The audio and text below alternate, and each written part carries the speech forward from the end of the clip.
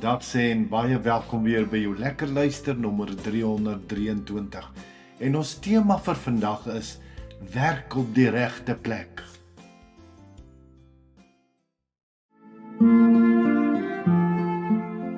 Die bekende Dale Carnegie het gesê, "If you want to conquer fear, don't sit at home and think about it. Go out and get busy." Jy's daarom met iemand anders ook gewaarsku en gesê, "Don't let your struggle become your identity." Die baie bekende lied Blye Versekering, of in Engels Blessed Assurance, is deur Fanny Crosby gekomponeer. As gevolg van die verkeerde behandeling van ooginfeksie, het Fanny op 6-jarige ouderdom permanent blind geword. Ook soos baie ander het sy gekies dat haar stoei met die lewe nie haar identiteit gaan bepaal nie. En sy het op 8-jarige ouderdom hierdie gedig geskryf. "Oh, what a happy soul am I, although I cannot see, I'm resolved that in this world contented I shall be.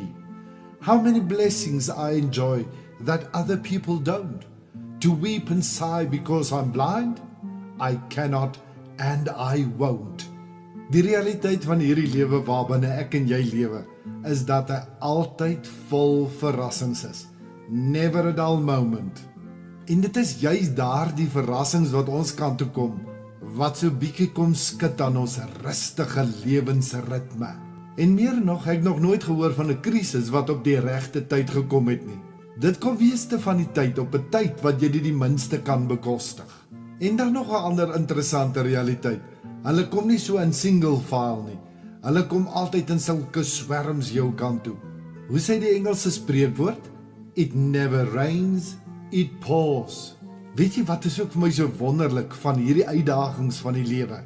Dis juis wanneer ek en jy iets verloor in die lewe, dat ons leer om dit te waardeer, maar ook daarmee saam, soos in die geval van Fanny Crosby, is dit wanneer jy die een sintuig verloor, dat jou ander sintuie, asook jou verbeelding, soveel beter word, as wat dit die geval is by normale mense.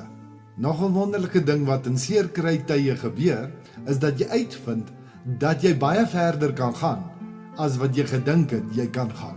Ek onthou nog so goed ons Amida, weet jy, ons het gehardloop, en dan hardloop jy uit jouself, jy hardloop jouself, so stikkend en so seer, dat jy dink jy gaan nou heeltemal doodgaan. En net wanneer jy dink jy gaan nou heeltemal doodgaan, dan slaan jy daar die tweede asem. En dan kom jy agter, dat toe jy gedink het jy gaan doodgaan, jy nog soveel krag gehad het, dat jy dubbel so ver nog kon uithou. Nog iets wonderliks wat met ons gebeur wanneer ons in die noute tye is dat ons juis agterkom, ons is nie alleen in die noute tye nie. Daar is vriende en familie en baie ander mense wat vir ons bid en wat ons arms hoog hou. Maar die wonderlikste wete is, dat die ewige en die almagtige God in sy volle goddelike glorie elke sekond van die noute tye saam met my daar is.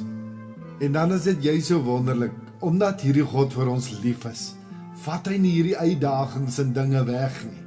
Hy gee vir ons inteendeel die krag om dit met styl en grasie tot sy eer te kan dra. En so in ons vroeg, ons swoeg, ons toei deur die seer en swaar kry, is ons besig om binnespiere te bou. Is ons besig om lewensondervinding op te bou van onskatbare waarde. Is God besig om ons toe te rus met lewensondervinding, sodat ek en jy wounded healers vir ander kan gaan wees.